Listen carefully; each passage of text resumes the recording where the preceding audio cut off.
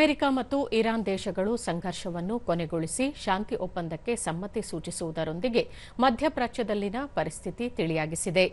ಇದರೊಂದಿಗೆ ಅಮೆರಿಕ ಮತ್ತು ಇರಾನ್ ನಡುವಿನ 107 ದಿನಗಳ ಬಿಕ್ಕಟ್ಟು ಅಂತ್ಯಗೊಳ್ಳುವುದರೊಂದಿಗೆ ಜಾಗತಿಕ ತೈಲ ಪೂರೈಕೆಯ 5ನೇ ಒಂದು ಭಾಗವನ್ನು ಸಾಗಿಸಲು ಬಳಸಲಾಗುತ್ತಿದ್ದ ಕಿರಿದಾದ ಜಲಮಾರ್ಗವಾದ ಹಾರ್ಮುಜ್ ಜಲಸಂಧಿಯನ್ನು ತೆರೆಯಲಾಗುತ್ತದೆ. ಅಮೆರಿಕ ಅಧ್ಯಕ್ಷ ಡೊನಾಲ್ಡ್ ಟ್ರಂಪ್ ಅವರು ನಿನ್ನೆ ರಾತ್ರಿ ಸಾಮಾಜಿಕ ಜಾಲತಾಣದ ಮೂಲಕ ಈ ವಿಷಯ ತಿಳಿಸಿದ್ದು, ಅಮೆರಿಕ ಮತ್ತು ಇರಾನ್ ನಡುವೆ ಇದೇ 19ರಂದು ಸ್ವಿಟ್ಜರ್ಲೆಂಡ್ನಲ್ಲಿ ಶಾಂತಿ ಒಪ್ಪಂದಕ್ಕೆ ಸಹಿ ಹಾಕಲಾಗುತ್ತದೆ. ಈ ಒಪ್ಪಂದಕ್ಕೆ ಅಧಿಕೃತ ಮುದ್ರೆ ಬಿದ್ದ ನಂತರ ಹಾರ್ಮುಜ್ ಜಲಸಂಧಿಯನ್ನು ಸಂಪೂರ್ಣವಾಗಿ ತೆರೆಯಲಾಗುವುದು ಎಂದು ಹೇಳಿದ್ದಾರೆ. ಈ ಮಹಾ ಒಪ್ಪಂದವು ಇಡೀ ಪ್ರದೇಶಕ್ಕೆ ಶಾಂತಿ ಮತ್ತು ಭದ್ರತೆಯನ್ನು ತರಲಿದೆ.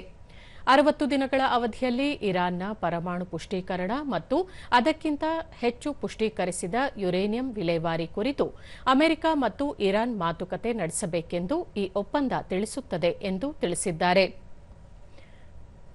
ಈ ನಡುವೆ ಇರಾನ್ನ ಸುಪ್ರೀಂ ರಾಷ್ಟ್ರೀಯ ಭದ್ರತಾ ಮಂಡಳಿಯು ಲೆಬನಾನ್ ಸೇರಿದಂತೆ ಎಲ್ಲಾ ರಂಗಗಳಲ್ಲಿನ ಯುದ್ಧ ಮತ್ತು ಮಿಲಿಟರಿ ಕಾರ್ಯಾಚರಣೆಗಳು ಇಂದು ರಾತ್ರಿಯಿಂದ ಶಾಶ್ವತವಾಗಿ ಸ್ಥಗಿತಗೊಳ್ಳುತ್ತವೆ ಎಂದು ಹೇಳಿದೆ.